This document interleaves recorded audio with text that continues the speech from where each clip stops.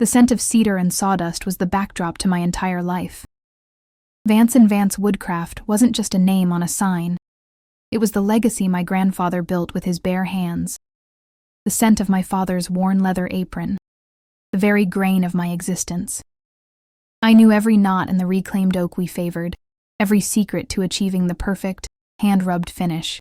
Our workshop in Portland, Oregon, was a sanctuary of focused creation, a place where integrity was measured in flush joints and flawless lacquering. My world was the steady hum of the table saw, the gentle scrape of a hand plane, the quiet satisfaction of turning raw timber into functional art. I ran the operations, the finances, the client relations. My brother Leo was the face. He had the easy smile and the polished narrative, the kind of charm that could sell a rocking chair to a man without a porch. Our parents, retired but still holding a stake in the company, saw us as the perfect pair, my diligence, his charisma. They didn't see the imbalance, the friction beneath the surface that I felt every single day. They didn't remember the sacrifices. I do. I remember it with a clarity that still feels like a fresh wound. It was 10 years ago, a crisp autumn afternoon.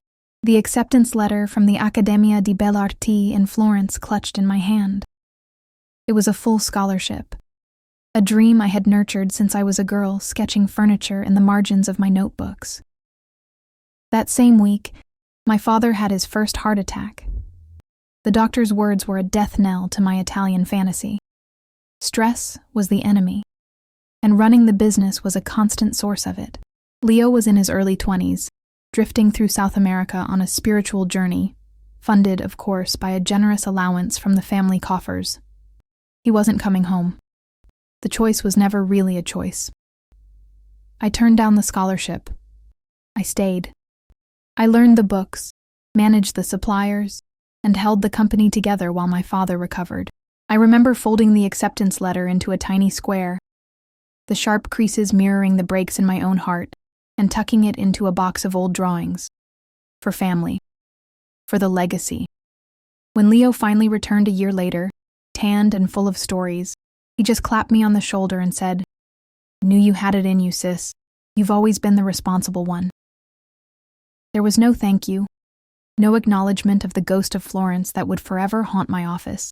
The injustice, when it came, didn't arrive with a bang, but with a quiet, sickening lurch in my stomach.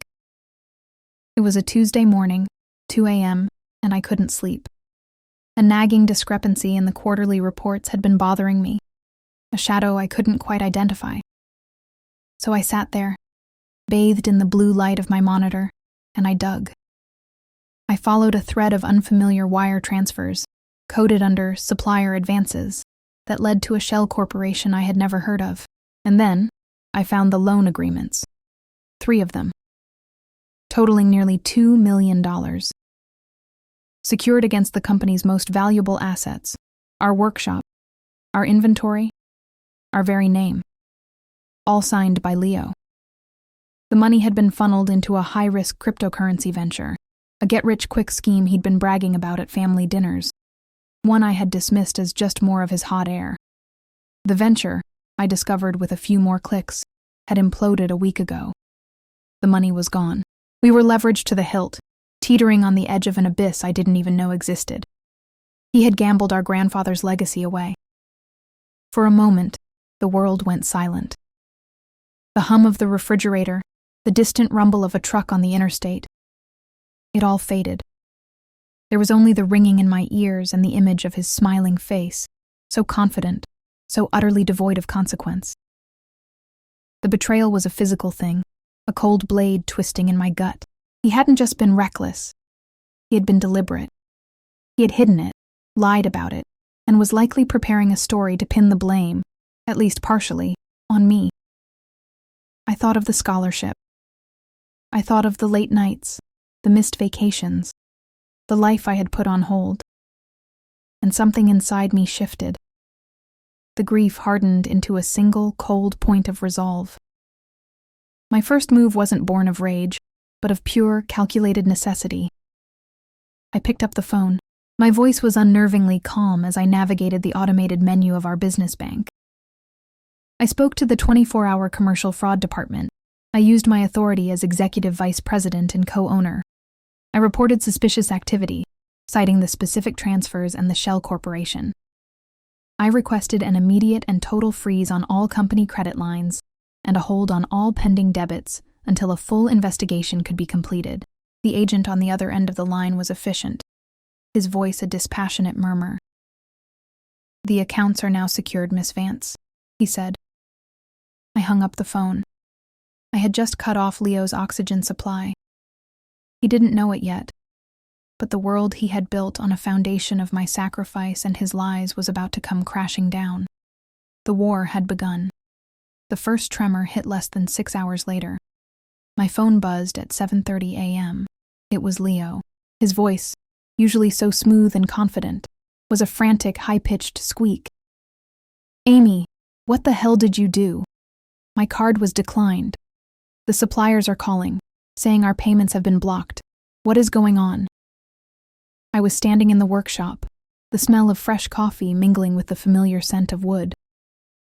I watched as Samuel, our master craftsman, and a man who had worked with my father for 40 years, carefully measured a piece of walnut. "I know, Leo," I said, my voice as level as the surface of the wood he was about to cut. "I initiated a fraud alert with the bank last night. They've frozen everything pending an investigation." There was a sputtering on the other end of the line. "Fraud?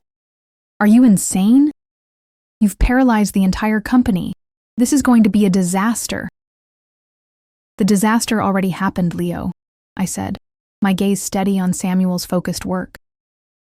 "The disaster was $2 million gambled away on a pipe dream. The disaster was you forging documents to secure loans against a business you've done nothing but take from." The silence that followed was heavy with dawning horror. He hadn't thought I would find out so quickly. He certainly never thought I would act. The impact was immediate and brutal. The frozen accounts meant payroll was in jeopardy, supplier orders were canceled, and the finely tuned machine of our business ground to a screeching halt. The phones began to ring off the hook. Clients were confused. Vendors were angry. The chaos was a direct reflection of the chaos Leo had sown in secret. He arrived at the workshop an hour later, his face pale, his usual charm replaced by a desperate, cornered animal energy. He wanted to talk, to figure this out, which was his code for, "Help me cover this up." I refused. I told him all communication would go through our lawyers from now on. The look of utter panic in his eyes was the first bitter taste of victory. His counterattack was predictable and swift. He went straight to our parents. He didn't use logic. He used the weapon he had wielded against me my entire life: emotional manipulation. He painted me as hysterical, unstable, a jealous sister trying to seize control of the company out of spite. He spun a story of a simple business investment gone slightly wrong, an unfortunate market turn that I was blowing completely out of proportion. He cried. He actually produced tears, talking about how hurt he was that I would think him capable of such deceit. "She's trying to push me out, Mom," he'd wailed over the phone to our mother, a conversation she tearfully relayed to me later. "She's always resented me." And for a while, it worked. My parents, who desperately wanted to believe in the idyllic image of their 2 children working in harmony, were swayed. They called me, pleading for me to be reasonable, to sit down with Leo, to not destroy the family over a misunderstanding. Their doubt was a poisoned dart to my resolve. Was I crazy? Was I overreacting? The years of being the responsible one, the quiet pillar of support, had conditioned me to second-guess my own instincts when they conflicted with the family narrative. The weight of their disappointment, coupled with the immense stress of trying to manage the fallout at the company, pushed me to my breaking point. I spent a night staring at the ceiling of my apartment, the silence amplifying the voices of doubt in my head. I felt utterly alone, an island in a storm of my own making. The foundation I had fought so hard to protect felt like it was crumbling into sand beneath my feet. This was my lowest point, the moment I almost picked up the phone to surrender. Then the next morning, an unexpected lifeline appeared. It was Samuel. He knocked quietly on my open office door, his face etched with a gravity I knew well. He held a small, dusty ledger in his work-roughened hands. "Miss Vance," he said, his voice a low rumble. "I think you need to see this." He didn't trust Leo.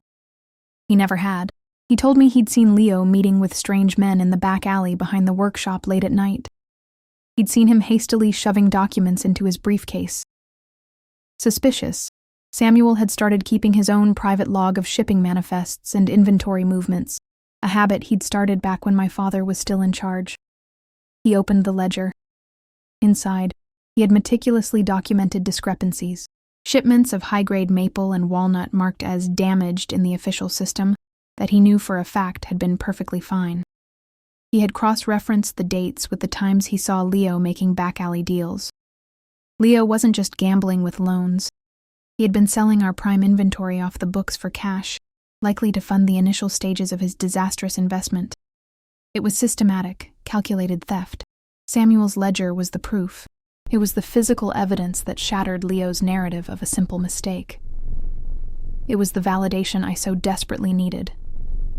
Someone else saw it. I wasn't crazy.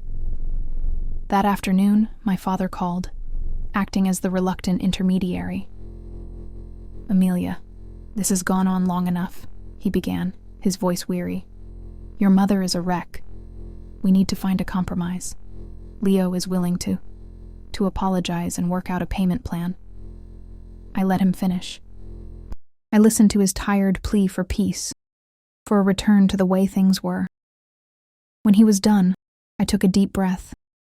Samuel's ledger sitting on the desk in front of me like a holy text. The woman who had almost given up the night before was gone. In her place was someone forged in betrayal and strengthened by truth. "There is no compromise, Dad," I said, my voice clear and devoid of doubt. "There is no working it out. This isn't a family squabble, this is fraud. Leo didn't make a mistake. He orchestrated a deliberate, systematic campaign to defraud the company you and Grandpa built. He lied to our bank, he stole from our inventory, and he was prepared to let this entire company burn to the ground to cover his tracks. He didn't just betray me, he betrayed you, he betrayed Mom, and he betrayed the memory of what this place is supposed to stand for."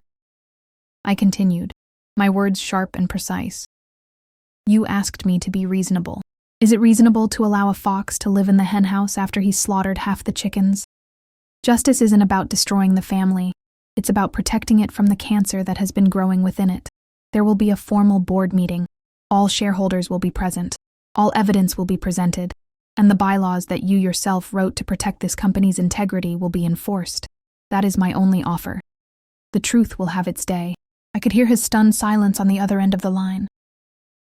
For the first time, I don't think he was hearing his emotional daughter. He was hearing the president of Vance Vance Woodcraft. The negotiation was over. The path to the climax was now clear and unavoidable. The climax arrived not in a storm of shouting, but in the sterile, suffocating silence of the Henderson and Stiles law firm conference room on the 47th floor.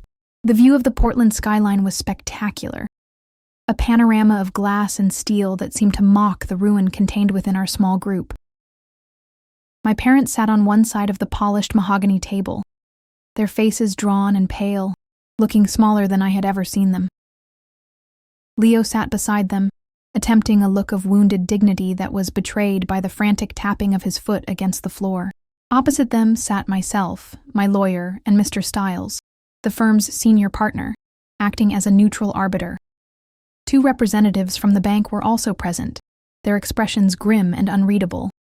The air was thick with unspoken accusations.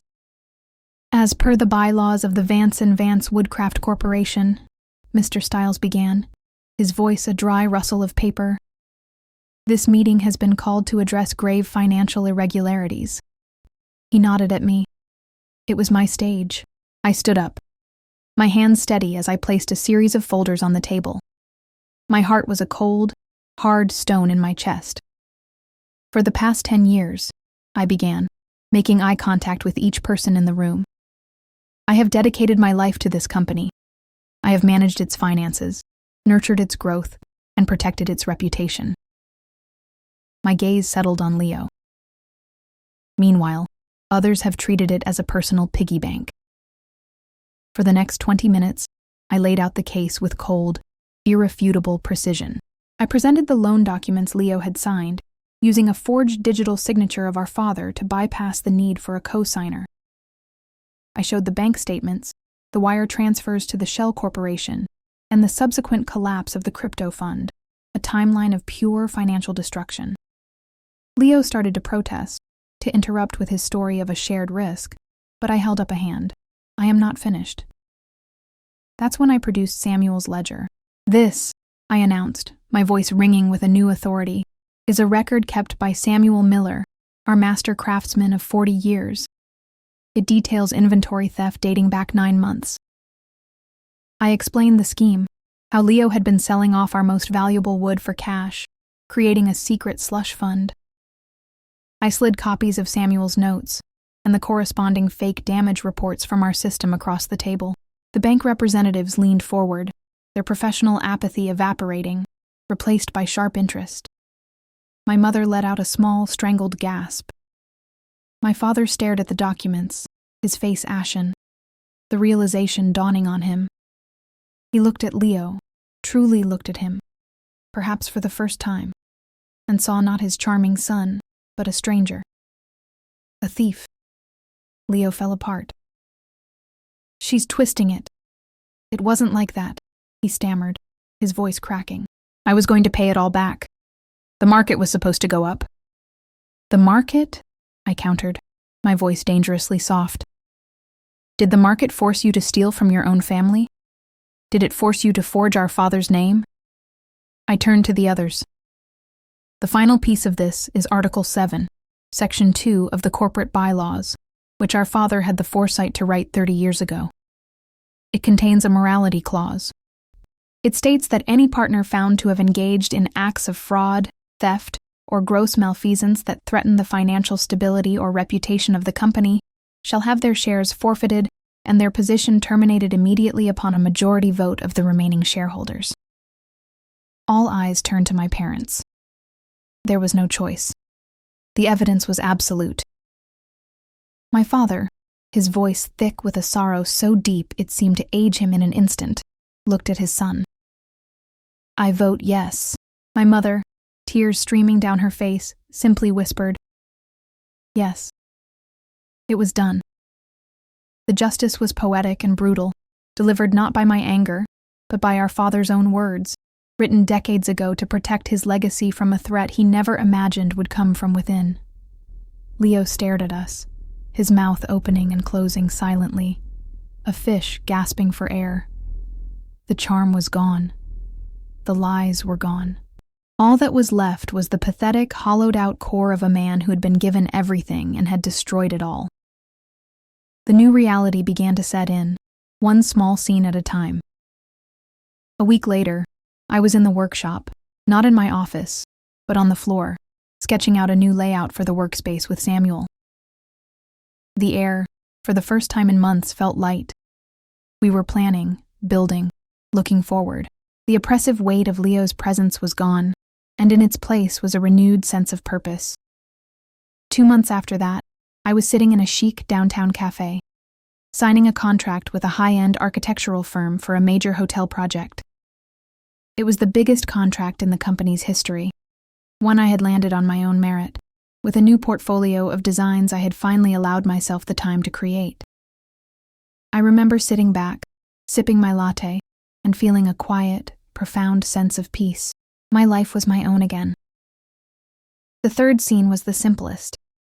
It was just me in my apartment on a Friday night, a glass of wine in my hand. The acceptance letter from Florence, which I had retrieved from its box, framed and hanging on my wall. It wasn't a symbol of regret anymore. It was a reminder of a path not taken, yes, but also a testament to the strength I had found in staying. One evening, my phone buzzed with an email notification. The sender was Leo.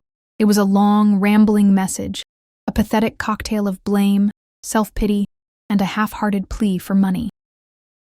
He blamed the market, our parents, me. He never once took responsibility. I read the first few lines, my face impassive. Then, without a moment's hesitation, I swiped left and tapped the red delete button. I watched the message disappear from my screen and felt nothing but the cool finality of a closed door. Looking back, the lesson is etched into me like the grain in a piece of oak.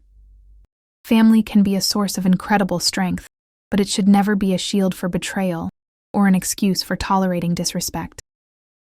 Protecting your own dignity, your life's work, is not an act of selfishness.